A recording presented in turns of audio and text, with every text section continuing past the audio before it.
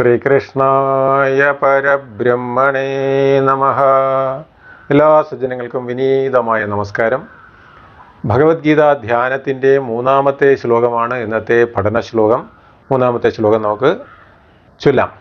പ്രപന്ന പാരിജാതായ സ്തോത്രവേത്രൈകപാണയേ ജ്ഞാനമുദ്രായ കൃഷ്ണായ ഗീതാമൃതദുഹേ നമഃ. അങ്ങനെയുള്ള രണ്ട് വരികളാണ് അർത്ഥം പറയാൻ പോകുന്നത്. പ്രപന്ന പാരിജാതായ, പാരിജാതം പോലെ എന്നാണ്. പാരിജാതായ, ശരണാഗതർക്ക്. പ്രപന്നൻ എന്ന് പറഞ്ഞാൽ ശരണാഗതൻ, വന്ന് അഭയം പ്രാപിച്ചവന് വേണ്ടിയിട്ട് ശരണാഗതന്മാർക്ക് അഭയമേകുന്ന കൽപ്പവൃക്ഷം, അതാണ് പാരിജാതം. പാരിജാതം എന്ന് പറയുമ്പോഴത്തേക്ക് അതൊരു വലിയൊരു വിശാലമായ അർത്ഥമാണ്. അത് നമുക്ക് നോക്കാം. സ്തോത്രവേത്രം, സ്തോത്രവേത്ര ഏകപാണയെ. സ്തോത്രവേത്രം എന്ന് പറയുന്നത് ചമ്മട്ടിയാണ്, ചാട്ടവാർ. അത് ഏകപാണയെ, ഒരു കയ്യിൽ എന്ത് വെച്ചിരിക്കുന്നു? ഈ ചമ്മട്ടി ധരിച്ചിരിക്കുന്നു. അപ്പോൾ മറുകയിൽ മറ്റൊന്നൊന്നുണ്ടാവുമല്ലോ. അതെന്താണെന്നാണ് പറഞ്ഞത്. ജ്ഞാനമുദ്രായ അന്യഹസ്തേ അന്യകരേ. എന്താണ്? ഏകപാണയെ അന്യപാണയെ കിമസ്തി? ജ്ഞാനമുദ്ര, ജ്ഞാനമുദ്ര ധരിച്ചിരിക്കുന്നു. അപ്പോൾ ഒരു കയ്യിൽ ചമ്മട്ടിയും മറുകൈയിൽ ജ്ഞാനമുദ്ര ധരിച്ചിരിക്കുന്നതും ആയ കൃഷ്ണായ, ആകർഷിക്കുന്നവനുമായ എന്നൊരർത്ഥം പറയാം. അല്ലെങ്കിൽ ആ ഭഗവാൻ കൃഷ്ണനായിക്കൊണ്ട് ഗീതാമൃത ദുഹേ നമഃ. ഗീതയാകുന്ന അമൃത്, ഗീതാ അമൃതം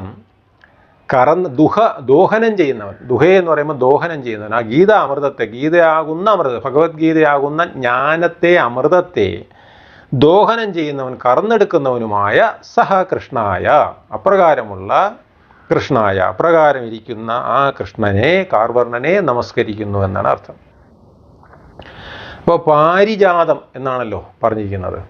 പ്രപന്ന പാരിജാതായ. പ്രപന്നൻ, പ്രപന്നൻ എന്ന് പറഞ്ഞാൽ അർജുനൻ പിന്നീട് പറയും എന്താണ്? ശാധി മാം ത്വാം പ്രപന്നം.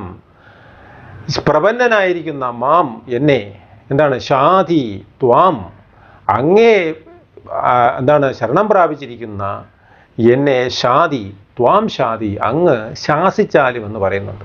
അപ്പോൾ പ്രപന്നൻ എന്ന് പറഞ്ഞാൽ ആശ്രയിച്ചവൻ എന്നർത്ഥം.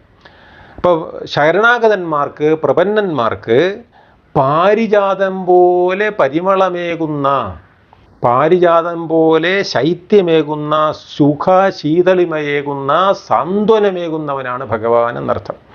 അപ്പോൾ പാരിണാജാതഃ ഇത് പാരിജാതഃ എന്നാണ്. പാരിണാജാതഃ, പാരിണ എന്ന് പറയുമ്പം പാരിയിൽ നിന്നും ജനിച്ചത്. പാരി തന്നെയാണ് വാരി. അപ്പോൾ വാരിജാതഃ എന്ന് പറഞ്ഞാലും തെറ്റില്ല. പാരാവാരം എന്ന് പറയുന്നതിൽ പാരിയും വാരിയും ആര് തന്നെയാണ്? സമുദ്രം തന്നെയാണ്. അപ്പോൾ സമുദ്രത്തിൽ നിന്നും ജനിച്ചത്. അതുകൊണ്ട് സമുദ്രത്തിൽ നിന്നും ജനിച്ചത് എന്ന് പറയുമ്പോൾ എങ്ങനെയായിരിക്കണം ജനിച്ചത്? പാലാഴി മഥനം ചെയ്യുമ്പോൾ പാലാഴി മഥനത്തിൽ നിന്നും ഉയർന്നു വന്ന ഒരു വൃക്ഷമാണ്, ദിവ്യവൃക്ഷമാണ് ഈ പാരിജാതം. അത് സ്വർഗത്തിൽ മാത്രമേ ഉള്ളൂ. അത് ഇന്ദ്രൻ അതിനെ എന്ത് ചെയ്തു? സ്വർഗത്തിലെ നന്ദനോദ്യാനത്തിൽ കൊണ്ടുപോയി വളർത്തി. അപ്പോൾ സ്വർഗത്തിലെ നന്ദനോദ്യാനത്തിൽ വളരുന്ന ഒരു ദിവ്യമായ വൃക്ഷമാണ് പാരിജാതം എന്ന് പറയുന്നത്. അപ്പോൾ ആ പാരിജാതത്തിൻ്റെ സുഗന്ധം കൊണ്ട്, ശീതളിമ കൊണ്ട് അത് അതിനെ അടുത്തേക്ക് വരുന്ന എല്ലാവരെയും എന്ത് ചെയ്യുന്നു? അത് സാന്ത്വനിപ്പിക്കുന്നു, സന്തോഷിപ്പിക്കുന്നു. അപ്രകാരമുള്ള ഭഗവാൻ കൃഷ്ണൻ. ഇവിടെ ഈ പദ്യത്തിൽ കൃഷ്ണനെക്കുറിച്ചുള്ള വർണ്ണനയാണ്. ഭഗവാൻ കൃഷ്ണനെക്കുറിച്ച് ആദ്യം പറഞ്ഞത് എന്താണ്? മുമ്പത്തെ ശ്ലോകത്തിൽ പറഞ്ഞത് വ്യാസനെക്കുറിച്ചാണ്. ഇവിടെ കൃഷ്ണനെക്കുറിച്ച് പറയുന്നു എന്നതാണ് ഈ പദ്യത്തിൻ്റെ പ്രത്യേകത. അപ്പോൾ ശരണാഗതന്മാർക്ക് പാരിജാതൻ പോലെ പരിമളമേകുന്ന ഭഗവാനാണ് ഭഗവാൻ ശ്രീകൃഷ്ണൻ. അപ്പോൾ അത് ആ വൃക്ഷം, നന്ദനോദ്യാനത്തിലുള്ള ആ വൃക്ഷം പോലെ ആണ് ഈ ഭഗവാൻ കൃഷ്ണൻ എന്നർത്ഥം. ആരാണോ ആശ്രയിക്കുന്നത് അവന് സാന്ത്വനമേകുന്ന, ആശ്രയിച്ചവനായ എന്നെ അനുശാസിച്ചാലും എന്ന് അർജുനൻ പറഞ്ഞതുപോലെ, ഗീതാമൃതം കൊണ്ട് അർജുനനെ അനുശാസിച്ചതുപോലെ, അർജുനനെ സുഖശീതളിമ പകർന്നു കൊടുത്തതുപോലെ ഭഗവാൻ എന്ത് ചെയ്യുന്നു? ഒരു കയ്യിൽ ചമ്മട്ടിയുമായി എന്ത് നിൽക്കുന്നു എന്നൊരു സൂചന. പിന്നെ എന്ത് ചെയ്യുന്നു? മറുകൈയിൽ ജ്ഞാനമുദ്ര ധരിച്ചിരിക്കുന്നു. അപ്പോൾ ഈ ചമ്മട്ടി എന്തിനാ ഇവിടെ ഈ ഒരു ധ്യാന ശ്ലോകത്തിൽ ഭഗവാൻ കൃഷ്ണൻ ചമ്മട്ടി ധരിച്ചിരിക്കുന്നു എന്ന് പറയുന്നത്? ഇപ്പോൾ ചമ്മട്ടി ധരിച്ചിരിക്കുന്നു എന്ന് പറയുമ്പോഴത്തേക്ക് ചമ്മട്ടി കൊണ്ടൊരു ഉപയോഗം ഉണ്ടെന്നാണ്. അദ്ദേഹത്തിൻ്റെ തൊഴിൽ പാർത്ഥ സാരഥിയാണല്ലോ. സാരഥി ആയതുകൊണ്ട് തേരിനെ നിയന്ത്രിക്കുക, കുതിരകളെ നിയന്ത്രിക്കുകയാണല്ലോ അദ്ദേഹത്തിൻ്റെ പരിശ്രമം അവിടെ നടക്കുന്നത്. അപ്പോൾ അതുകൊണ്ടാണോ ഈ ചമ്മട്ടി ധരിച്ചിരിക്കുന്നവനെന്ന് പറഞ്ഞത്? അപ്പോൾ ഇവിടെ അതിന് ആധ്യാത്മിക വിദ്യയിൽ എന്താണ് പ്രാധാന്യമെന്ന് ചോദിച്ചാൽ നമുക്കറിയാം, വരും ശ്ലോകങ്ങളിൽ ഇങ്ങനെ ഗീതയിൽ പറയും, ഇന്ദ്രിയാണി ഹയാന്യാഹു എന്ന് പറയും. ഇന്ദ്രിയങ്ങളെല്ലാം എന്താണ്? ഹയങ്ങളാണ്, കുതിരകളെ പോലെയാണ്. അപ്പോൾ ആ കുതിരകളെ ഏതുമായിട്ട് ഉപമിച്ചിരിക്കുന്നു? ഇന്ദ്രിയങ്ങളെ ഏതുമായിട്ട് ഉപമിച്ചിരിക്കുന്നു? കുതിരകളുമായിട്ട് ഉപമിച്ചിരിക്കുന്നു. അപ്പോൾ ഭഗവാന്റെ കയ്യിലെ ചാട്ടവാറ് ആ ഇന്ദ്രിയങ്ങളെ നിഗ്രഹിക്കാനാണ്, ഇന്ദ്രിയങ്ങളെ ശരിയാവണ്ണം നിശേഷേണ ഗ്രഹിക്കാനായിട്ടാണ്. എന്ന് വെച്ചാൽ എന്താണ്? ഇന്ദ്രിയങ്ങളെ നിയന്ത്രിക്കാനാണ്. ആ കുതിരകളെ നിയന്ത്രിക്കുന്നത് പോലെ ഇന്ദ്രിയങ്ങളെ നിയന്ത്രിക്കുന്നതിന് വേണ്ടിയിട്ടാണ് എന്ത് ഉയർത്തിപ്പിടിച്ചിരിക്കുന്നു എന്ന് പറഞ്ഞിരിക്കുന്നത്? ഈ ചാട്ടവാറ് ഇവിടെ ഉയർത്തിപ്പിടിക്കുന്നു. എന്താണ്? തോത്രവേത്രം ഇങ്ങനെ ഉയർത്തിപ്പിടിച്ചിരിക്കുന്നത്, ഈ ചമ്മട്ടി ഇങ്ങനെ ഉയർത്തിപ്പിടിച്ചിരിക്കുന്നത് എന്ന് നമുക്ക് മനസ്സിലാക്കാം. അതാണ് ഭഗവാന്റെ കയ്യിൽ ഉള്ളതെന്ന് പറയാം നമുക്ക്. മറ്റൊരു കാര്യം, മറ്റേ കയ്യിലുള്ളത് ജ്ഞാനമുദ്രയാണ്. ജ്ഞാനമുദ്രായ കൃഷ്ണായ. ഇന്ദ്രിയ നിഗ്രഹം നേടിയ ഒരാളിന് മാത്രമേ എന്ത് സാധിക്കുകയുള്ളൂ? ജ്ഞാനം ലഭിക്കുകയുള്ളൂ. അല്ലാതെ ഒരു ഇന്ദ്രിയത്തിൻ്റെ പിന്നാലെ ഇങ്ങനെ പരക്കം പായും. ജ്ഞാന സമ്പാദനമാണ് മാനവ ജീവനത്തിൻ്റെ ലക്ഷ്യം എന്നുള്ളത് കൊണ്ടാണ് ഭാരതീയരായിട്ടുള്ള എല്ലാവരും ആത്മജ്ഞാനത്തിന് ഇത്രയും പ്രാധാന്യം കൊടുത്തിരിക്കുന്നത്. അത് ലോകത്തിലൊരു രാഷ്ട്രങ്ങൾക്കും അത് അഭിമാനിക്കാനില്ല. ഭാരതം എന്നതിൻ്റെ അർത്ഥം തന്നെ എന്താണ്? ഭാസിൽ രതിയുള്ളത്, അറിവിൽ ജ്ഞാനത്തിൽ അഭിരമിക്കുന്ന ഒരു രാഷ്ട്രമാണ് നമ്മുടെ രാഷ്ട്രമെന്നാണ് ഇവിടെ പറയുന്നത്. നമ്മൾ പൊതുവെ അതിൻ്റെ പേര് കൊണ്ട് തന്നെ പറയുന്നത്. അതുകൊണ്ട് തന്നെ ജ്ഞാനത്തിന് വേണ്ടി, ജ്ഞാനത്തിന് ഉതകുന്ന തരത്തിലുള്ള ഒരു മുദ്ര, ആ മുദ്ര സ്വീകരിച്ചിരിക്കുന്നയാളാണ്. ആ മുദ്ര എങ്ങനെയാണ്? ഈ പെരുവിരലും ചൂണ്ടുവിരലും ഒരുമിച്ച് ചേർത്ത് പിടിച്ചിട്ട് മറ്റു 3 വിരലുകൾ അതിൽ നിന്ന് അകറ്റി നിർത്തിയിരിക്കുന്നു. അപ്പോൾ ഇതിനൊക്കെ ഒരുപാട് അർത്ഥങ്ങൾ നമുക്ക് സങ്കല്പിക്കാം, അർത്ഥങ്ങളുണ്ട്.